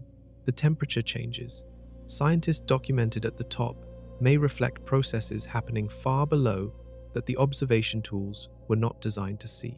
Understanding Neptune's full energy budget, the interplay between solar input, internal heat, and atmospheric radiation, requires measurements at depths that existing instruments cannot reach. But other discoveries about Neptune's deep interior have revealed processes so extreme they seem impossible. What happens deep inside Neptune, under pressures that crush matter into forms that cannot exist anywhere else, turns out to be one of the strangest chapters of this planet's story. Deep inside Neptune, it rains diamonds. This is not a metaphor. Experimental physics and computational models both support it. Under the extreme pressures and temperatures found deep within Neptune's interior, carbon atoms get squeezed together so tightly that they bond into diamond crystal structures, forming solid gems that fall through the liquid interior like rain falling through air. The pressure required to make this happen is almost beyond imagination. At Neptune's surface, if it had a solid surface, you would already feel a pressure far beyond anything survivable. But the crushing weight of the atmosphere above pushes down with increasing force at every level deeper into the planet. By the time you reach the depths where diamond formation occurs, you are under pressures millions of times greater than the pressure at Earth's sea level. Under those conditions, carbon, which exists in Neptune's interior as part of methane molecules that got broken apart by heat and pressure, can no longer exist in its normal molecular form. The atoms get forced into the rigid crystalline lattice structure of diamond. Groups of these carbon atoms bond together, forming small diamond crystals. And because diamonds are denser than the surrounding material, they sink. They fall inward toward Neptune's core. Scientists confirmed this process in laboratory experiments by using powerful lasers to recreate the extreme pressure and temperature conditions of Neptune's interior inside a tiny chamber. They fired intense laser pulses at a plastic material that mimics Neptune's hydrocarbon-rich interior composition. The lasers compressed and heated the target so rapidly that for a fraction of a second, the conditions inside the chamber matched those deep inside Neptune. Instruments detected the formation of diamond-structured carbon within that brief window. The experimental confirmation came from researchers at multiple institutions and has been replicated. Diamond rain in ice giant interiors is now one of the more confidently supported exotic phenomena in planetary science. The diamonds forming inside Neptune are not the kind you could hold in your hand. They likely form as tiny crystals or clusters of crystals, though some models suggest they could grow larger over time as they fall through the interior. A proposed scenario involves the diamonds eventually reaching a region near the core, where conditions change, causing them to dissolve back into the surrounding material or pool at the core boundary. Some researchers have speculated that diamond accumulation near Neptune's core might contribute to the planet's internal heat generation, as the settling of dense material releases gravitational energy. If true, diamond rain would be directly connected to the planet's energy budget and indirectly to the atmospheric temperature changes scientists observed at the surface. That connection is speculative. The interior of Neptune is entirely inaccessible to direct observation. No instrument has ever entered Neptune's atmosphere, let alone reached its deep interior. Everything known about conditions down there comes from physics calculations, laboratory experiments, and computer simulations. But the physics is solid. Under those pressures, carbon behaves that way. The diamonds are falling inside Neptune right now, even as scientists on Earth try to understand why its clouds disappeared. And the diamonds are not even the most extreme thing happening on this planet. If you stepped outside on Neptune, you would be dead before you could register what was happening. The winds at Neptune's cloud tops reach speeds of up to 1,200 miles per hour. To put that in human terms, a commercial airplane cruises at roughly 550 miles per hour. Neptune's winds move more than twice that fast. A passenger jet sitting in those winds would be torn apart and scattered across the atmosphere in seconds. 1,200 miles per hour is the fastest wind speed recorded on any planet in the solar system. Not the fastest gust ever measured in a localized storm, but the sustained large-scale wind speed characterizing the planet's general atmospheric circulation. Neptune's entire outer atmosphere is moving at this velocity, organized into massive jet streams that circle the planet. The winds blow in a direction opposite to Neptune's rotation. Neptune spins from west to east, the same as Earth. But the main wind patterns in its atmosphere flow from east to west, against the spin. This retrograde wind pattern is something scientists still find difficult to explain. On Earth, the relationship between the planet's rotation and its atmospheric circulation is complex but broadly aligned. Neptune's counter-rotating winds represent a different kind of atmospheric engine, one driven by forces that do not have a clean parallel in Earth-based meteorology. The energy source for these winds is not straightforward. On Earth, most wind energy ultimately comes from solar heating, driving atmospheric circulation. But Neptune receives almost no solar energy compared to Earth. The energy driving 1,200 mile-per-hour winds across a planet the size of nearly 60 Earths, side by side, has to come largely from Neptune's internal heat. Internal heat drives convection. Warm material rises, cool material sinks. On a rotating planet, this convection gets organized by the planet's spin into large-scale wind patterns through a process called the Coriolis effect. Neptune's combination of intense internal heat, rapid rotation, and the unique dynamics of its deep hydrogen and helium atmosphere appears to drive wind systems far more powerful than anything the solar planets closer to the Sun can generate. The winds also shaped what scientists observed in the cloud record. During years when Neptune had active cloud cover, the clouds moved visibly across the planet's disk between observations. The rate of that movement gave scientists a way to measure wind speeds indirectly from telescope images. Some of those cloud-tracking wind measurements helped confirm the 1,200 mile-per-hour figure. When the clouds disappeared, scientists lost that wind-tracking tool as well. A cloudless Neptune was not just visually featureless, it was instrumentally quieter. The visible markers that helped scientists read the atmosphere's dynamics had been removed. The wind speed record also connects back to Neptune's temperature crisis. Atmospheric dynamics, heat distribution, and wind patterns are all linked. A planet whose thermal structure changed as dramatically as Neptune's did between 2003 and 2020 would almost certainly have experienced changes in its wind patterns as well. Those changes are much harder to measure without cloud features to track. But wind speed is stable. It is part of Neptune's deep character. What changed were the clouds and the temperatures above them, and what had existed before all of it changed was one of the largest storms ever observed in the solar system. In 1989, Voyager 2 flew past Neptune and captured an image that immediately drew comparisons to Jupiter's famous Great Red Spot, a massive, dark oval storm system spinning in Neptune's southern hemisphere. Scientists named it the Great Dark Spot. The Great Dark Spot was roughly the size of the entire Earth, a storm wide enough that if you placed our whole planet inside it, the edges would not reach the walls. It rotated counterclockwise and moved westward across Neptune's face. Companion clouds of bright methane ice formed along its edges and interior, churning with the storm's circulation. Voyager 2's images made it one of the most striking objects ever photographed in the solar system. A dark void in the blue of Neptune, fringed by white, massive beyond anything that exists on Earth. 5 years later, the Hubble Space Telescope looked for the Great Dark Spot. It was gone. A storm large enough to contain Earth had simply disappeared in less than 5 years. In its place, a new dark spot had formed in Neptune's northern hemisphere. This northern storm was not there when Voyager 2 flew past. It had appeared between 1989 and 1994. The behavior of Neptune's storm systems defies the patterns seen on other planets. Jupiter's Great Red Spot has persisted for at least 350 years, a storm that has outlasted entire human civilizations. Saturn's storms are long-lived.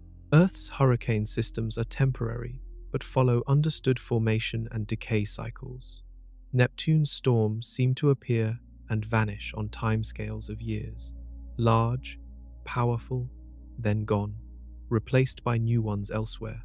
The mechanism driving this rapid turnover is connected to the same atmospheric dynamics that make Neptune so difficult to model: the interplay between internal heat, rapid rotation, cold upper atmosphere, and fast wind systems.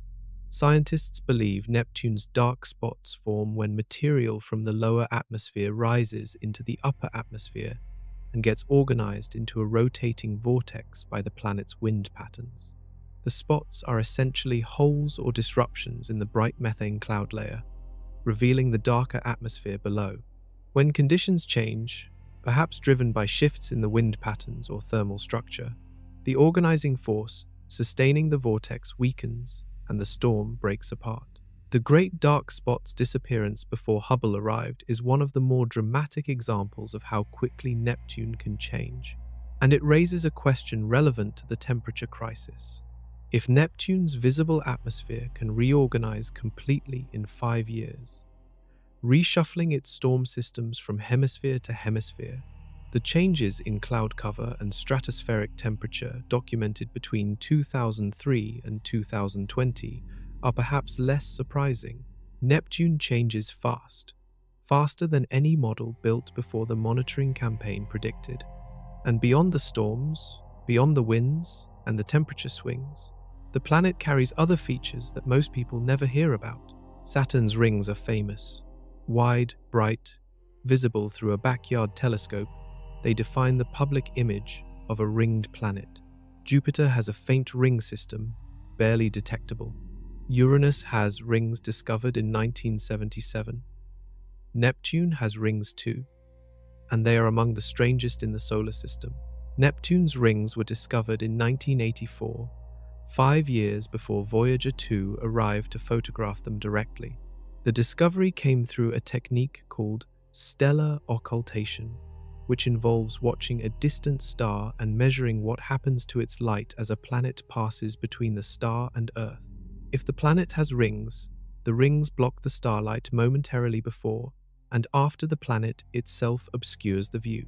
The occultation data from Neptune produced something unexpected. The starlight dips before and after the planet's passage were not symmetric. The rings blocked the star's light on one side of the planet, but appeared incomplete or absent on the other side. This suggested Neptune's rings were not continuous bands all the way around the planet. They were arcs, partial rings, clumped material covering only portions of their orbital paths. Voyager 2 confirmed the arcs in 1989. It photographed 5 main rings surrounding Neptune, all faint and dark compared to Saturn's brilliant ice rings. 3 of the 5 rings contain denser clumps of material called ring arcs, named after explorers and freedom, liberty, equality, courage, and others. These arcs contain concentrations of ring particles thick enough to show up clearly in images, while the rest of the ring in between them is much thinner and dimmer. The arcs have a stability problem. Orbital mechanics predicts that material in a ring should spread out over time. Particles moving at slightly different speeds in adjacent orbits will gradually diffuse, spreading the clumped material around the entire ring. A ring arc should smooth itself out into a uniform ring within a few thousand years by standard calculations. Neptune's ring arcs have existed for at least decades based on observations, and possibly much longer. Something is keeping the material clumped. The leading explanation involves gravitational resonance with one of Neptune's inner moons. A moon orbiting at just the right distance creates a gravitational rhythm that pushes ring particles into specific zones and keeps them there, like a cosmic fence corralling material into arcs rather than letting it spread freely. Neptune's small moon Galatea orbits just inside the main ring arc region and is the primary candidate for this shepherding role. The ring arcs are made of dark material, likely a mixture of ice particles coated with carbon-rich compounds darkened by radiation exposure over billions of years. Their dark color is why they are so much harder to see than Saturn's bright ice rings. They absorb light rather than reflecting it. Voyager 2 images from 1989 showed the arcs clearly. More recent observations with Hubble and ground-based telescopes have tracked changes in the arcs over the following decades. Some portions have brightened or dimmed. The arcs appear to be evolving, possibly due to collisions between ring particles, ongoing shepherding dynamics, or material exchange with nearby moons. The rings are another reminder that Neptune carries complexity in every layer of its system, from the deep interior where diamonds fall, through the turbulent atmosphere where storms vanish and clouds disappear, out to the faint arcs of dark debris orbiting silently in the cold beyond. Neptune is blue, not sky blue or ocean blue or the blue of a flame, a deep, rich, saturated blue that looks almost painted on in telescope photographs. It is one of the most visually striking colors in the solar system, and it comes entirely from a single gas, methane. Methane is colorless to human eyes in the amounts found on Earth. Natural gas burned in a stove is mostly methane, and the flame it produces burns blue-orange, but the gas itself is invisible. On Neptune, methane exists in the atmosphere at concentrations high enough to produce a visible color effect through a process called selective absorption. White light from the sun contains all wavelengths of visible light, from violet at one end of the spectrum to red at the other. When sunlight enters Neptune's atmosphere, methane gas absorbs the red wavelengths preferentially. Red light gets captured by methane molecules and converted to heat, but blue and violet wavelengths pass through methane with minimal absorption and get reflected back outward from the deep atmosphere. The result is that the light bouncing back from Neptune toward a distant observer has lost its red component. What reaches your eye is a light spectrum weighted heavily toward blue. Neptune looks blue because methane has filtered out the red. Uranus, Neptune's neighbor in the outer solar system, also contains methane in its atmosphere and is also blue-green in color. The two planets are similar in size and composition, but Neptune is a distinctly deeper, richer blue than Uranus, and scientists spent years trying to explain why two similar planets look different. A partial answer emerged from more detailed spectral analysis. Uranus and Neptune both have methane, but their atmospheric structures differ in ways that affect how light scatters and reflects. A haze layer at high altitude in Uranus's atmosphere appears to add a grayish tint that lightens its overall color toward green-blue. Neptune's upper atmosphere has less of this haze, or a different distribution of it, allowing the deeper blue from methane absorption to dominate. The photochemical processes connected to Neptune's cloud story also play a role here. The same ultraviolet-driven reactions that produce cloud seeds generate haze particles in the upper atmosphere. Changes in solar activity change the production rate of those haze particles. A change in haze concentration would subtly affect how Neptune's color appears to telescopes. This means that the same solar cycle driving Neptune's cloud disappearance may also be slowly changing its color at a level that precise spectral instruments can detect. Scientists are investigating whether the optical properties of Neptune's atmosphere shifted during the cloud disappearance period in ways consistent with changes in upper atmospheric haze. The color of a planet is not just aesthetic information, it is a chemical record. Neptune's specific shade of blue encodes information about methane concentration, haze particle density, and the structure of the atmosphere at different altitudes. Reading that color carefully is another way to track the same changes that thermal infrared measurements detect as temperature variations. Two completely different tools, one measuring color and one measuring heat, pointing at the same planet and telling parts of the same story.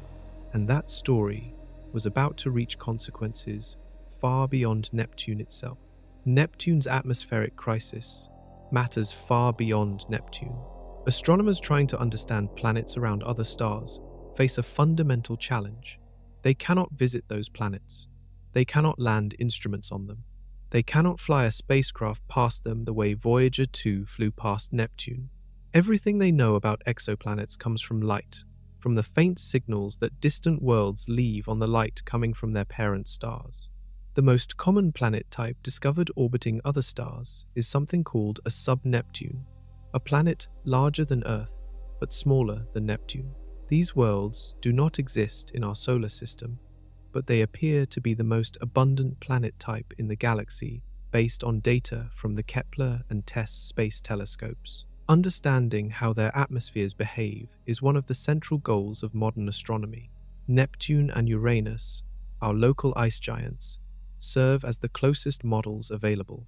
When astronomers try to predict what the atmosphere of a sub-Neptune exoplanet looks like, how thick it is, what gases it contains, how its temperature varies with altitude, they draw heavily on ice giant science. Neptune is the template. If that template is wrong, every model built from it is wrong too. The discovery that Neptune's atmosphere behaves in ways that existing models cannot predict creates a real problem for exoplanet science.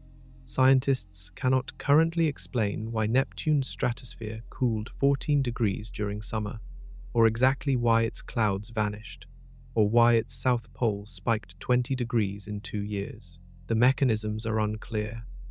The models are broken. Using a broken Neptune model to interpret the spectra of exoplanets orbiting distant stars introduces errors that compound at every step of the analysis.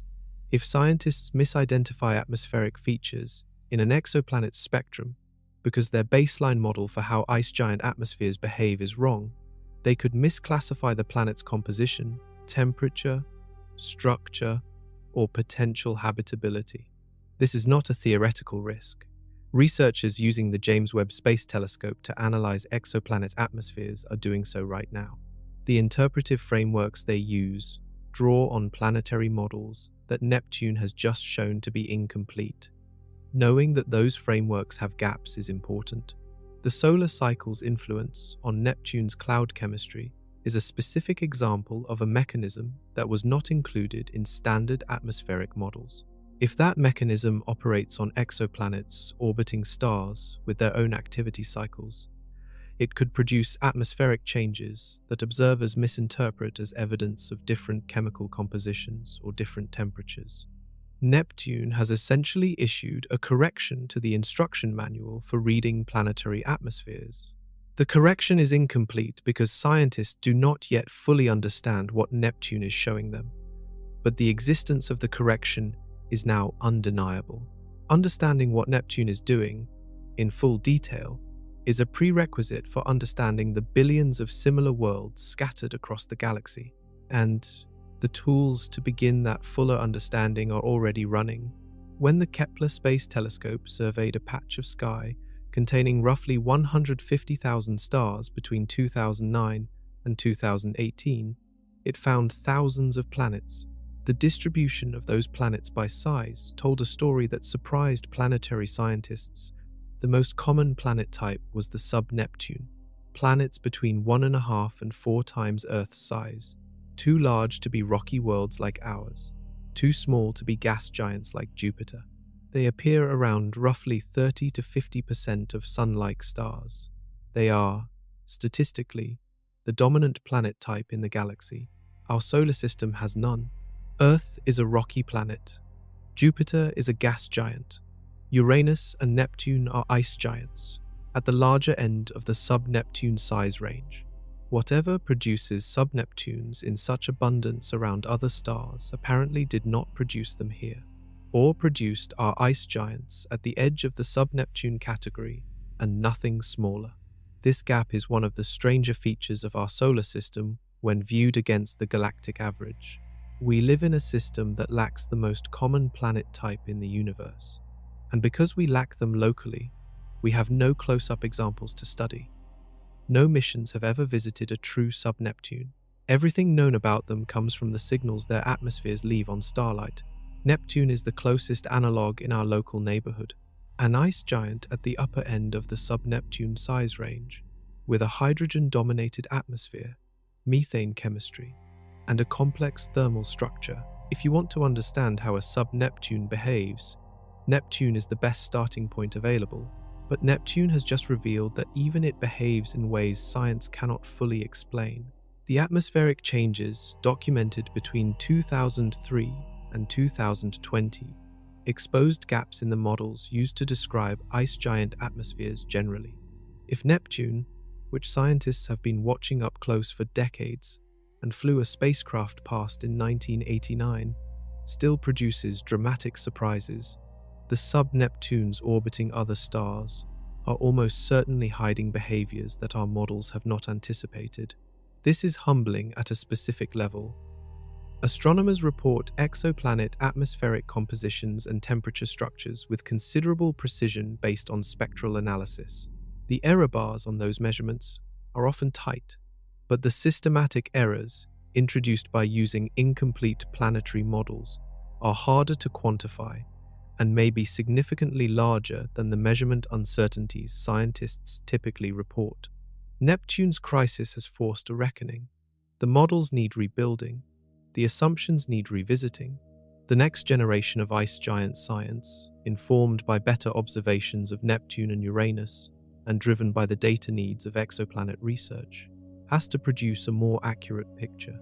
The James Webb Space Telescope is already contributing to that rebuilding process, and what it has been able to see in Neptune's atmosphere represents a genuine step forward in the science of distant worlds. The James Webb Space Telescope launched in December of 2021.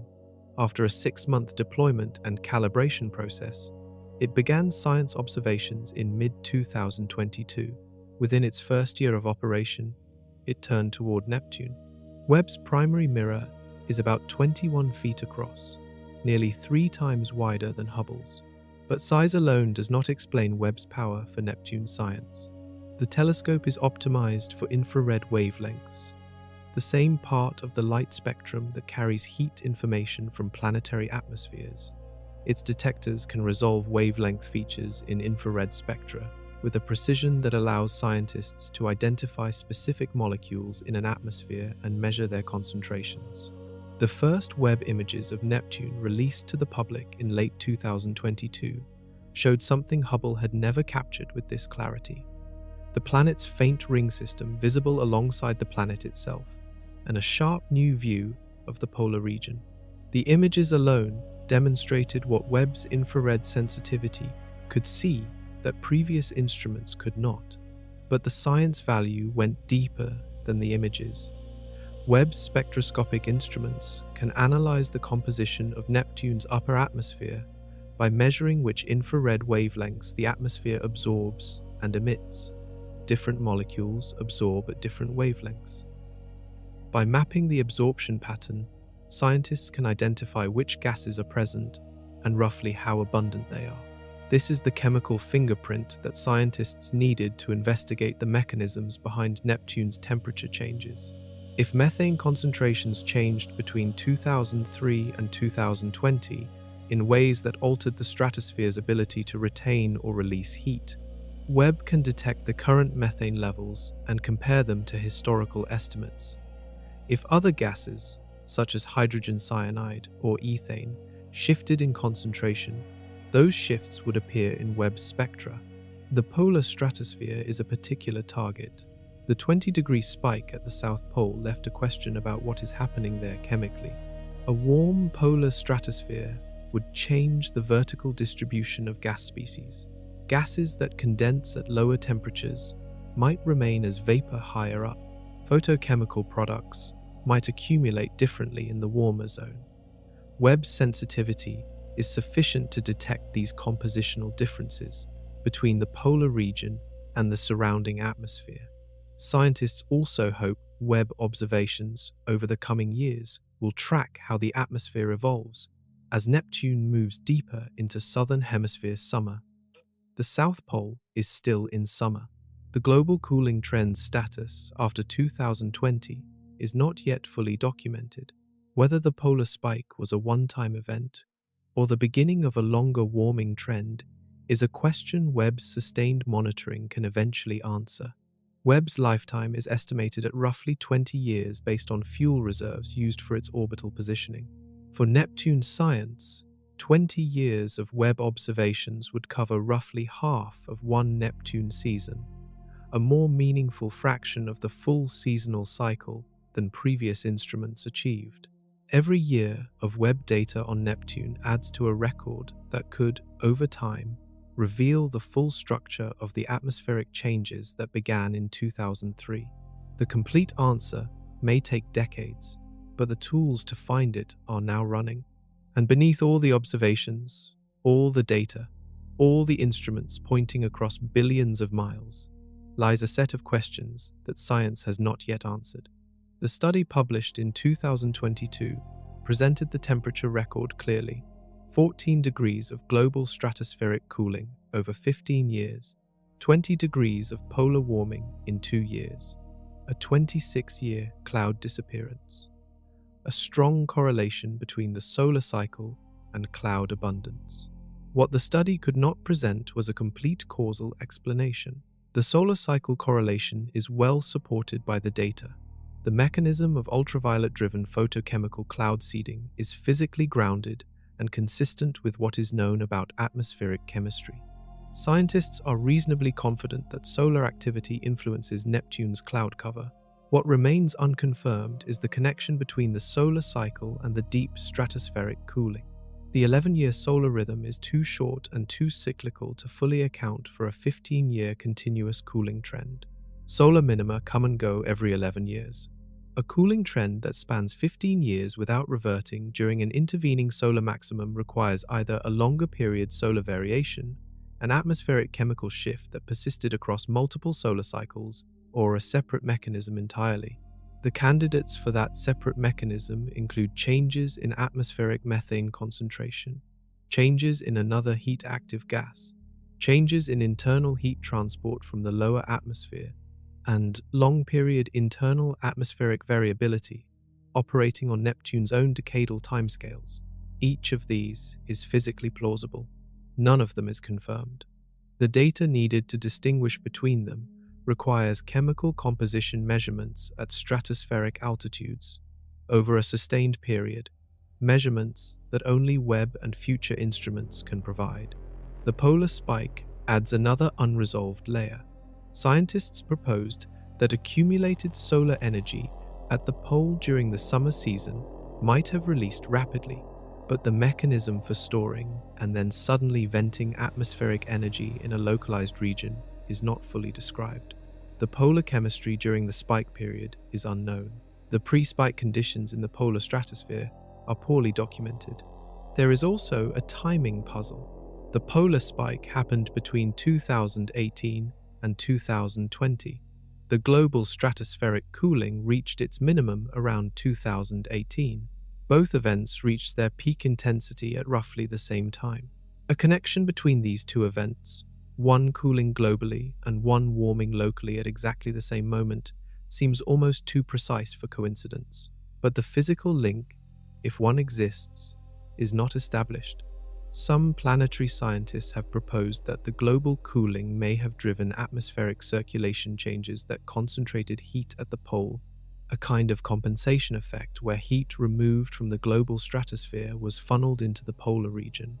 This mechanism is speculative. It would require atmospheric dynamics that existing models do not capture. Neptune keeps offering data that points toward a deeper architecture in its atmospheric system.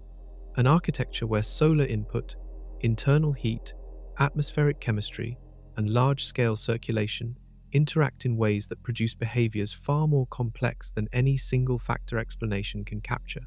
The honest scientific position is that the full picture is not yet drawn. The data is real, the questions are sharp, the answers are in the future, and one wildcard in that future involves two gases that most people have never considered in relation to a distant planet's temperature. Deep in Neptune's atmosphere, two gases shape the planet's thermal personality more than any other: methane and molecular hydrogen. Methane's role in Neptune's color and cloud formation is well established. Its role in the planet's thermal balance is less discussed, but equally important. Methane in Neptune's stratosphere absorbs infrared radiation and re-emits it. The net effect depends on altitude and concentration. At certain altitudes, methane warms the surrounding air by absorbing incoming solar infrared. At other altitudes, methane contributes to cooling by emitting infrared heat outward into space more efficiently than surrounding gases. The balance between methane's warming and cooling effects in the stratosphere is sensitive to concentration. A relatively small change in how much methane exists at a particular altitude could shift the stratosphere from a net heat-retaining layer to a net heat-releasing one. If methane concentrations at key stratospheric altitudes decreased between 2003 and 2018, the stratosphere would have become better at radiating heat into space, which would explain the cooling trend. Why might methane concentrations change? The same photochemical reactions that produce cloud seeds also destroy methane. Ultraviolet radiation breaks methane molecules apart, turning them into more complex compounds that drift out of the stratosphere over time. The rate of this destruction depends on solar ultraviolet intensity. If solar activity, and thus ultraviolet output, declined going into a solar minimum, the methane destruction rate would slow, which would increase methane concentrations and likely produce warming, opposite to what was observed. This suggests methane alone cannot explain the cooling through this direct mechanism. But atmospheric chemistry involves dozens of interacting species. Methane breakdown products feed into the creation of other compounds, some of which absorb heat differently than methane itself. The net effect of changing methane photochemistry on stratospheric temperature involves a chain of reactions that has not been fully modeled for Neptune. Molecular hydrogen plays a different role.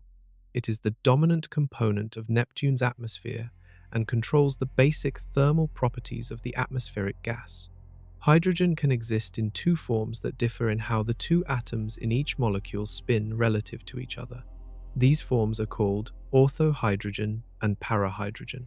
The two forms absorb and emit heat differently at very low temperatures.